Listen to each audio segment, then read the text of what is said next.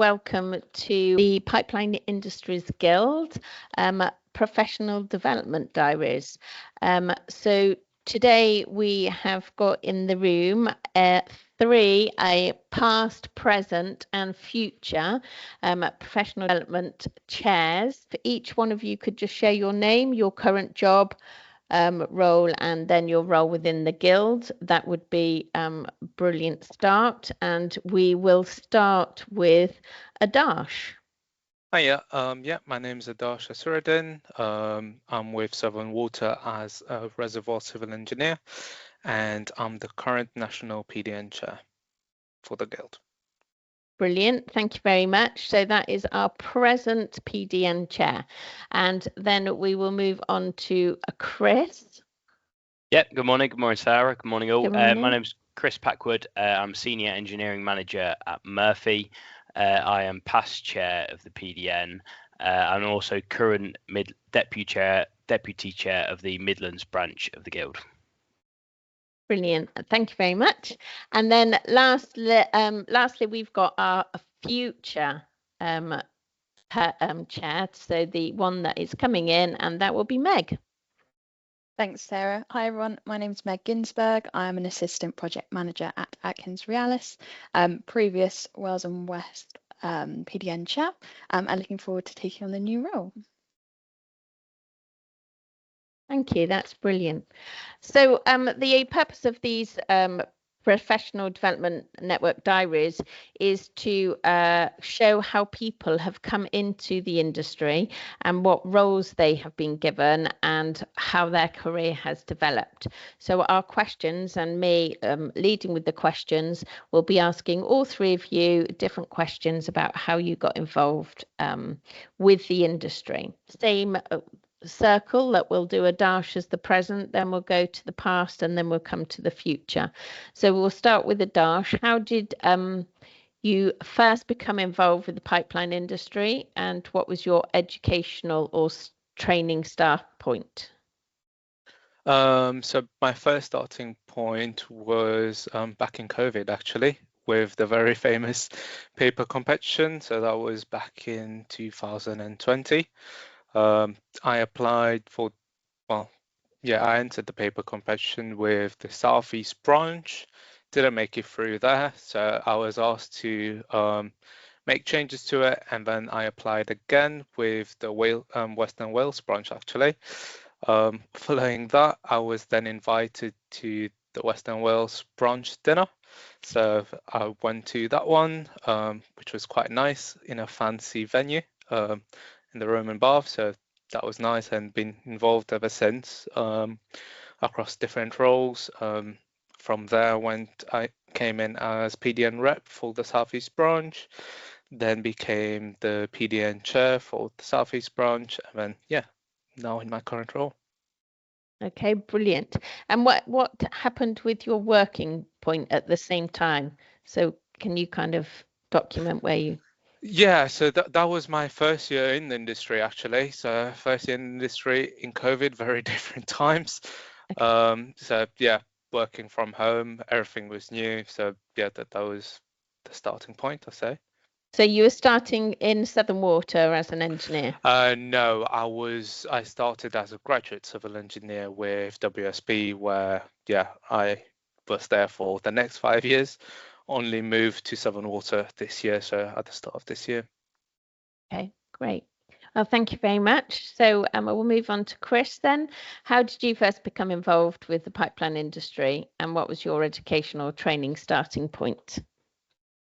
Starting point, so it involved, so I did a foundation degree at the University of Nottingham. Studying at the time wasn't quite for me, so I was looking at sort of higher apprenticeship schemes, and secured a place on National Grid's engineering training program. It was National Grid gas distribution at the time. Subsequently became Cadent, and sort of followed that through. I was introduced to the guild by my mentor Bob Murray, who's been an excellent mentor, throughout my career. Initially getting involved in the Midlands branch, PDN. through to Midlands branch chair, through to deputy chair of the PDN, and through to chair, and now sort of past chair of the PDN, and looking forward to my next role within the Midlands branch.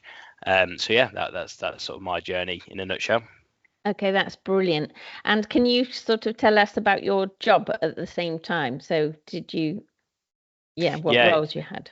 Yeah, sure. So starting as an engineering trainee at Cadent, progressed through to a sort of project supervisor, managing sort of minor construction and maintenance activities in the Midlands. I then moved down to London again during COVID, and that was when I sort of progressed to sort of Midlands PDN chair. And then sort of from then on became Cadent's workshop manager in the sort of welding and inspection workshop in Birmingham, when I became sort of national chair of the guild, and then obviously subsequently moved to Murphy. Brilliant, thank you very much. And then we have Meg, our future chair. Yeah, so I started at South West Water on a level 4 associate project management apprenticeship, and during that time I also found my way to the Roman baths and got invited to one of the lovely evenings, and sort of got roped in from there. So it's a brilliant way to meet new people. I was, I guess, fortunate to some extent, because when I joined the Wales and West branch, we didn't actually really have a PDN network at the time, just due to people changing roles, etc. So I was really lucky and able to form a 9-strong committee, which is brilliant, and still going now, which is something I'm really proud about. But yeah, started my apprenticeship. I'm now on my degree apprenticeship at Exeter University in project management, working for Atkins Realis. So I've moved over from wastewater into now flood defence, and sort of moving around a bit back in water. So I'm sure I'll make my way back there fully. Brilliant. Well, thank you very much. Okay, so that's one of the reasons that we've got all three of you in together is to show the diversity within the pipeline industry, and the purpose of this is to help any new people into the profession. So it's brilliant that you've got such different journeys. So the next thing I'd kind of like to have a look at about how you got involved with the guild in terms of personnel, or how they sold it to you. So I think we'll start with Adarsh again, and I think you said you got involved as soon as you got into the industry. How did that happen? If you could just kind of explain how that happened.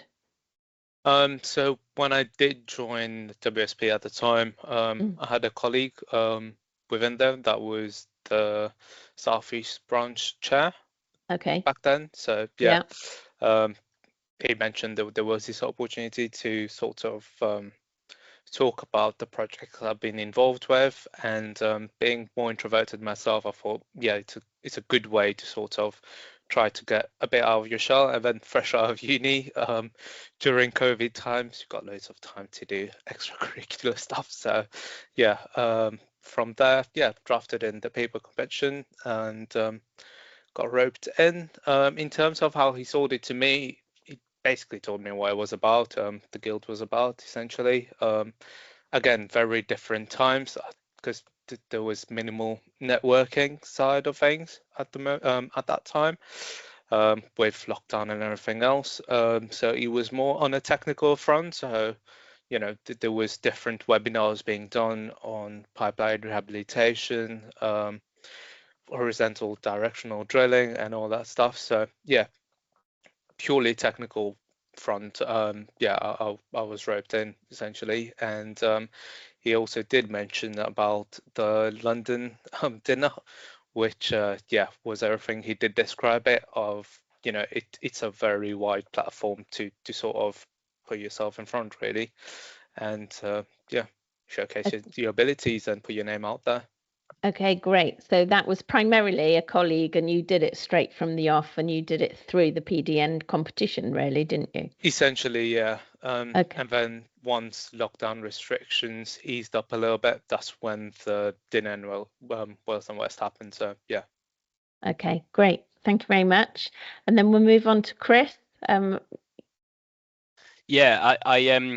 So as I mentioned earlier, Bob was the one who first pointed me towards the guild, and when I was sort of developing a sort of new engineer into the industry, I knew the guild was there. I knew it was a good thing to get involved with, and couldn't quite put my finger on exactly what it was that I could gain from it. So I worked with Bob and soon with the Midlands branch, and soon started to realize my network was just expanding vastly. And I think with the PDN and working with the guild, it's sort of you sort of invest now for your future career. And I've certainly found that recently with transitioning roles through different companies. The relationships I've built through the guild really supported that transition and helped me get into the new role.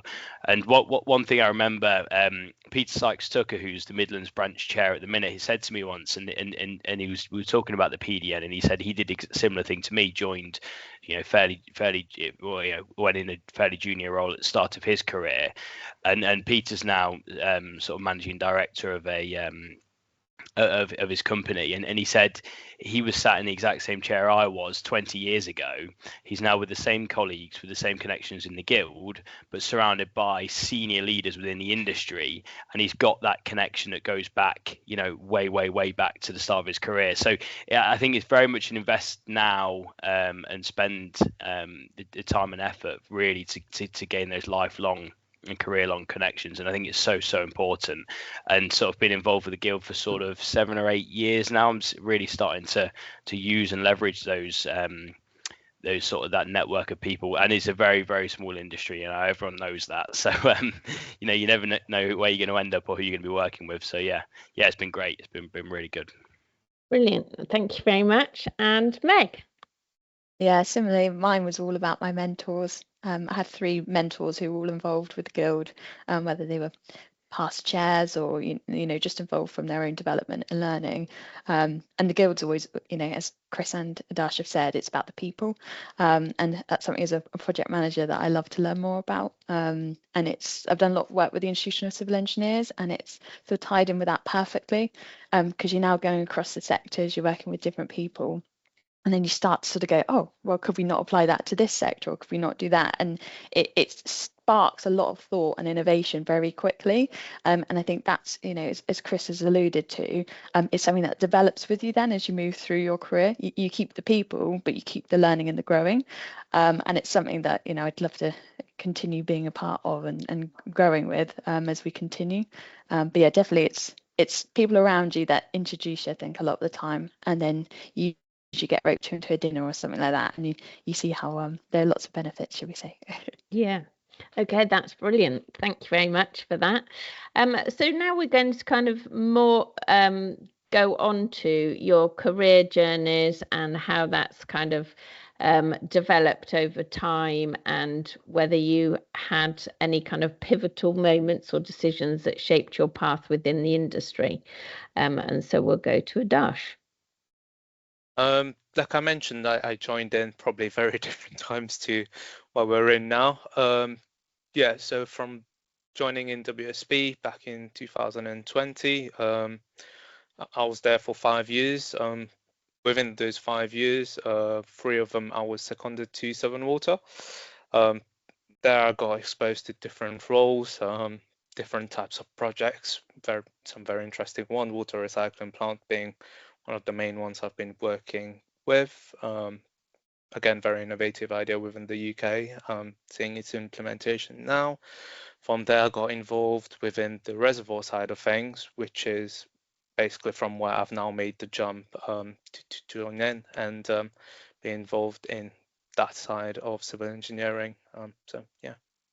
Okay, can I just take you back to the beginning? So did you apply as a graduate for a graduate scheme, or what was your first role in WSP?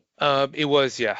So I did apply for a graduate role or a graduate scheme at the time within WSP. Yeah, that's correct. And how did you see that? What did you see that in terms of websites or? Basically, it's uni fairs Okay. in them times. So yeah, you go to a uni fair, talk to different people that work with the WSP or different companies there.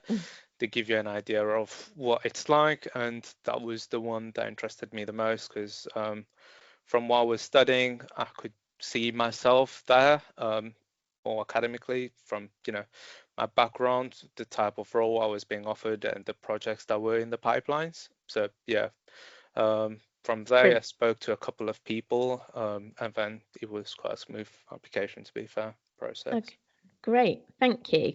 And then Chris. Yeah, I think one thing that's been really important and I've really grown and developed throughout my career is working in different locations within the UK, within different patches, different projects. A big sort of pivotal moment for me was when I made the move from living and working in Leicestershire in the Midlands to living and working down in London. Sort of baptism of fire of some really tricky projects down there, and sort of progressing into sort of a more senior role within the team as well. Was really sort of really interesting. I mean, working in Tottenham next to White Hart Lane when you've got no end of concerts and football games on was a challenge in itself. So I think that was really interesting. It's something I've been really lucky in my career to be able to do so far. And I'm currently sat in Glasgow and working on a project in Aberdeen. So it's something that I do enjoy it. I enjoy the travel. It's sometimes there's some late nights, some long hours, but I think for me, developing and working in sort of different cultures, different organizations, and different projects has been great, and I've been really lucky so far working at Cadent and now with Murphy to be able to do so. Okay, thank you, that sounds very interesting. And we'll move on to Meg. Yeah, so I guess my biggest turning point is probably being right at the start. So I was originally on a nursing degree. I had my daughter at 18 and then became a wheelchair user 6 months later. So all of the plans went out the window. And actually my apprenticeship sort of saved me to some extent. It gave me quite a good focus and progressional route. And I think that's what construction offers to a lot of people as well. Such vast flexibility in different roles and opportunities, but you don't always necessarily think about it, particularly if you're a girl, a lot of the time as well. So I was really fortunate to find my apprenticeship. I loved it. I loved construction. I loved going out, and the contractors were brilliant, trying to get how do we get a wheelchair user on site safely, and I guess a lot of people, it was the first time they'd seen that. So yeah, something that I'm really sort of passionate about now is accessibility in the industry, something that the Guild's supporting with and continues to do so, and I think it's a bit sort of a learning curve for us all. But yeah, definitely my biggest change, I guess, was right at the start into coming into the construction. Okay, so this is my burning question for you then, because that is quite a transition. How did you find out about, or who did you speak to get that apprenticeship for such a change of direction and life circumstances? I was really fortunate at school that my partner was doing a civil engineering degree apprenticeship with ACOM, and his friend was also doing one, and we were sort of in a group that a lot of people wanted to go straight into a role and get some income, etc. I had most of my friends that also went off to uni and it didn't suit them, but I had people around me. The government website's brilliant. Spoke with different colleges, even looking on Indeed as well, seeing what companies are offering at the time. It was highly competitive, and it was something that I worked very hard on to get. And you have to do a lot of research into the industry and learn and be really sort of willing to be molded to some extent. But yeah, there's loads of information online. And there's also ambassador networks as well for apprentices across the country. And the Department for Education support that as well. So there's loads of info. Brilliant. Well, thank you very much. Okay, so I've got I think it's another interesting development to look at. We're going to think about, where do you see yourself in 5 years' time, both professionally and in terms of involvement with the Guild? And we'll start with Adarsh again. Professionally, I'd say the target would be to be a chartered engineer, and on the cusp of becoming a supervising engineer within my role, i.e. reservoirs. That credential, yeah, would be nice. That's a longer term project, I'd say. In terms of the Guild, I will still be within the age bracket. Yeah, just about. Just about within the age bracket for the PDN. So I would still like to be involved in that element of it.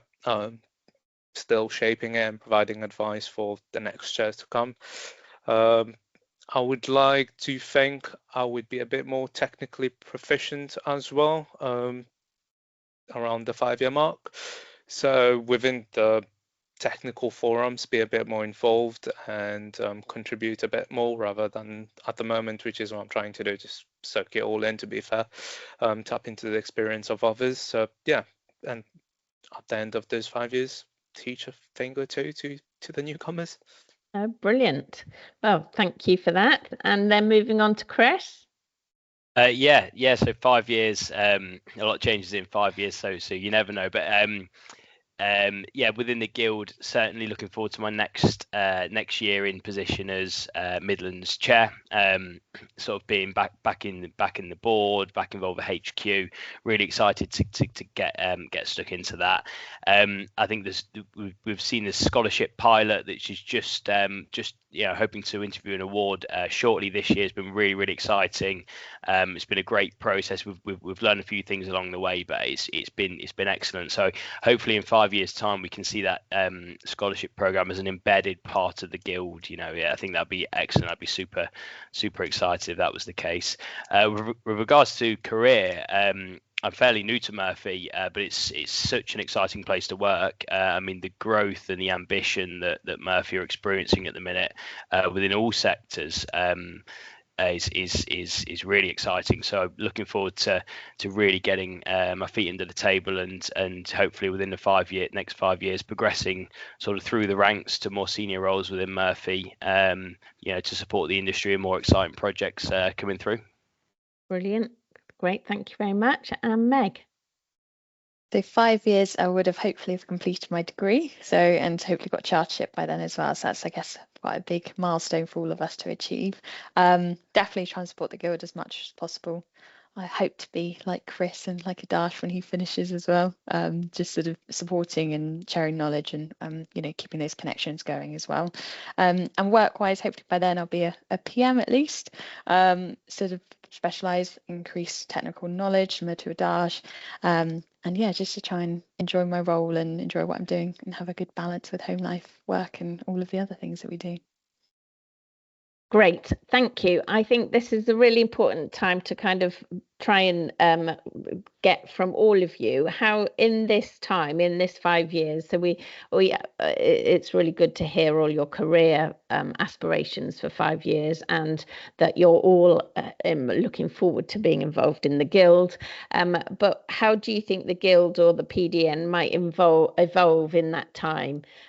Especially as we've come out of COVID and as Chris has mentioned with the PDN scholarship, which is new, and how much passion you have for putting stuff into the guild. What do you think that could happen for that in the next 5 years? Adarsh, we'll start with you. We'll start with myself. Sorry, is that still a 5-year period or just in general? Well, just general. We can do general for this one. What do you think can happen with the guild and the PDN? I think there was this mindset or this idea that the guild is simply predominantly for the networking element, the social element side of it. I think we'll see a shift going from that to a bit more technical side with the next chair coming in as well. So that'd be one side. In terms of the PDN side of things, I'd like to think we'll keep on growing. We've been growing year on year. We had the biggest training day this year compared to previous years. Again, that's something that's been growing.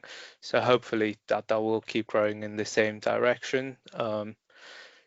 Yeah, maybe increase it from going to just a single one in London. We did tout the idea of expanding it a bit more, so maybe having different ones, and a bit more inclusion towards different age brackets as well.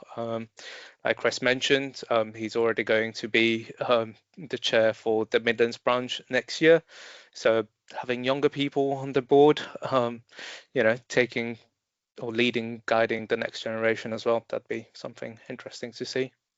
Okay, great, thank you. And Chris? Yeah, Dash, you touched on it just then. It's the training day, I think, is an excellent event. Ahead of the annual dinner in London. You're right. This year was exceptional. I think it was just over 100 people attended. I think previous year when I chaired it, I think we topped about 60. And growing on Kyle's the past chair prior to me, Kyle Ingram did an excellent job of really sort of shaping and molding and laying down the foundations for us to grow and build. So yeah, really excited about the training day and what that can bring and what that can look like. What does it look like now, 2 years, 5 years? Wow, we could have fill an auditorium maybe, I don't know. So yeah, that's something, I think as chair, that is the sort of the event of the year. It's pretty stressful having to organise and speakers and get it all prepped, but the satisfaction from all those young talented people gaining from a huge breadth of knowledge in the training day is great. So yeah, really looking forward to see how that grows over the next 5 years. Brilliant, thank you. And Meg? Or echoing both of what the gents have said, definitely about growing and building, and I think it'd be great to see some new structure coming in, maybe a few changes just to sort of wrap it up a bit, and then from that sort of creating that new foundation and a new baseline to some extent, building on what these guys and previous people have already worked so hard to do. Yeah, I hope we'll be able to create a bit more of like a balance as well, lots of different people coming in, lots of different age ranges as well. And just continue sort of opening up as well for sort of uni people as well, getting or apprentices or anything like that, getting the really sort of young and keen people involved, and then hopefully holding on to them then for the rest of their careers, because they see the value that it brings to themselves and their role and everything about it. Thank you. I think that's really important.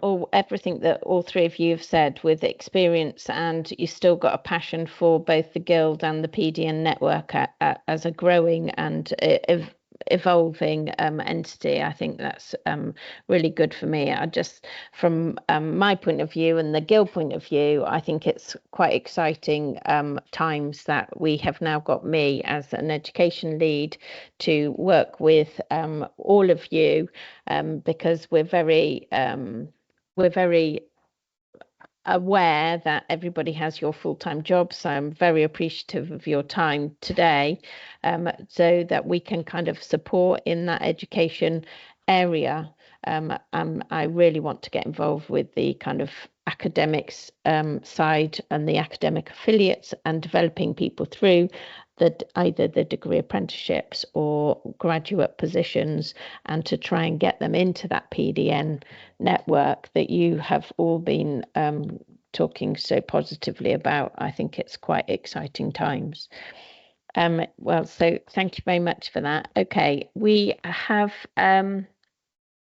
just a couple more questions to go before we sort of wrap up. What do you think has been the most valuable benefit of being part of the Industries Guild for you personally and professionally? Is there a specific experience or anything like that that you think was a pivotal moment, or that has created this passion or enthusiasm that you've got to carry on? And we'll start with Adarsh. Yeah, so from my point of view, I'm currently in a very niche field, specifically focusing on reservoir. But what the Guild has allowed me to do is it's provided me with a plethora of options that I can just go and ask different types of questions that I want to ask. So again, it's about that network element side of things that I've benefited the most. That's one of it. The second aspect of it is making friends along the way. Just talking to different people with similar ambitions that came within the industry, similar age brackets as well. So it's not just the technical side of things. Like, we do meet up with different people at technical events. After that, we'll pop up to a bar and talk about life as well in general. So that's very important to me. So it's a balance of things, like Meg mentioned. It's the work side of it, and it's also outside of work. So yeah. Okay, great, thank you. And Chris? Yeah, I think one thing that's really is quite game changing, and this goes back to my previous point of sort of the guild is sort of like there's no instant win, there's no big fix. You become a member and get involved, and then all your problems are solved and you've got this great career plan. It's sort of it's a long-term journey that the guild stays you throughout his career. And I said to a few people in my previous role at Cadent who I was sort of pointing them in the right direction to get involved. And when you attend the events, be it online or in person, I always think if you make one strong connection, one strong relationship per event, and you might go to 4 or 5 a year, by the time you're 10 years into your career, you've got 50 people that you can pick up the phone to, and those relationships grow, because the people who you see at the annual dinner, you'll probably see at the annual conference, and you can have a catch up, how's life, how's work, what projects you're working on, and you over time you build this sort of black book of phone numbers and people you can call upon, and it really does help. And I think the other thing I'd suggest that's quite game changing with the guild is because it's so broad. Certainly gas and water, predominantly gas do gas stuff, water do water stuff. You sort of see within the industry. I mean, some businesses span across the two, but I sort of find myself in conversations and be it in meetings or in the canteen or wherever, where you always got an insight into what else is going on out there. I could sort of tell you the timelines for the AMP8 framework and the challenging aspects of the water industry. Now, not many people who work purely in gas, may be aware of that, which gives you that sort of slight edge in your career, and just that sort of spatial awareness with the industry. So I think they're the two main things for me that are really, really impactful. Okay, great. Thank you. And Meg? Yeah, I mean, to echo both of the gents again, it's always about the people and the friendships and all that. Sort of sounds a bit silly, but I mean, I've made some brilliant friends. That will be people that come to my wedding in the future, and real close people that I can trust, which is really important, especially when you're in your early career, and you need people like that, especially when you've got an essay which is due and it's really hard, or just things like that. I think it's also about the networks that you don't see as well. So definitely agree with Chris. It's that the energy they put into the guild, you will get back out, but it's not something that you can just expect to happen just by putting your name down for the sheet or something. So brilliant numbers for the training day, and I think in the future I want people to then get back involved with the committees and start to shape it from there. But it's also the people. So when I joined Atkins Realis, I already knew multiple people across the country because they're part of the guild, and it was so lovely on my first day to pop them a Teams message saying, "Hi guys," and then can we do anything to support you? Would you like me to introduce you to people? And they're all at different, varying stages in their career. You've got senior people that can then, oh, I know that person. It gives you a little bit of street cred when you start and stuff like that. And I think it's the bigger picture though. There's just people always there, either in your company or externally as well, which is really important. Okay, great. Thank you very much. So that kind of brings us towards the end. So I just want to, at this point, thank you for all your time, all of your insights, everything that you've helped develop on here. Just before we wrap up and before we stop recording, is there anything else you'd like to share with our listeners and about the Guild, the PDN, or your journey? Start myself again. The message is, as it's been throughout the year, we're looking for more people to join in. We're growing the different committees across the many different regions that we've got. If you've got any brilliant ideas as well, or even if you're just sitting on the fence, not too sure about and fancy a chat, we're always available.